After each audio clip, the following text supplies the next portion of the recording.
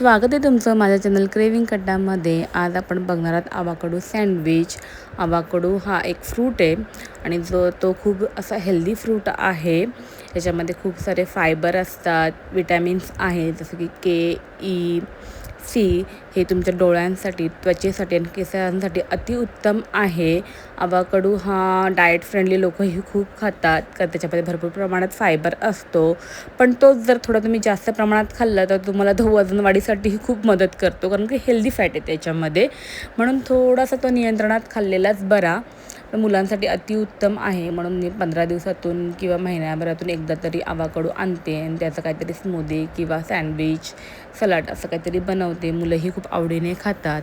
तर चला आपण आता त्याची रेसिपी बघूया सँडविचची कशी करायची आहे। तर त्याच्यासाठी आवाकाडो घेतलेला, तो कट करून घेतलेला आहे, बी बाजूला काढून तो चांगला स्मॅश करून घेतलेला आहे। असा क्रीमी एकदम तो असा होतो स्मॅश केल्यानंतर।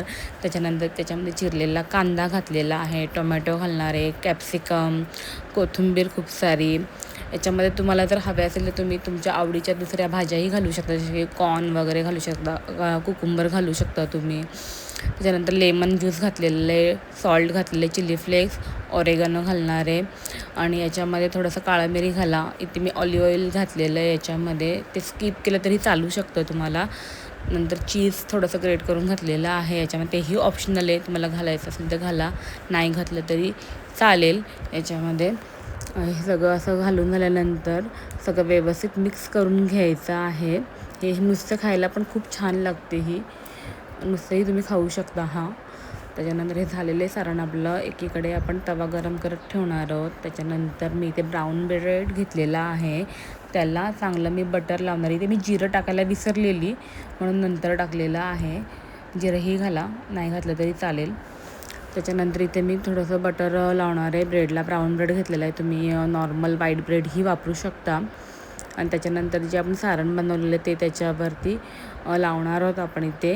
आणि मी दोन्ही साईडला ब्रेड नाही लावणार आहे, एका साईडने असं खालून म्हणजे खरपूस भाजणार आहे त्याला। तुम्हाला दोन्ही साईडला ब्रेड लावून करायचं असेल तरीही तुम्ही तसं करू शकता। असं आपलं क्रिस्पी होईपर्यंत थोडंसं मंद गॅसवर हे भाजून घ्यायचे आहेत। रेडीत आपले हे आवाकाडो सँडविच, बघू शकता खूप छान होतात, यम्मी लागतात।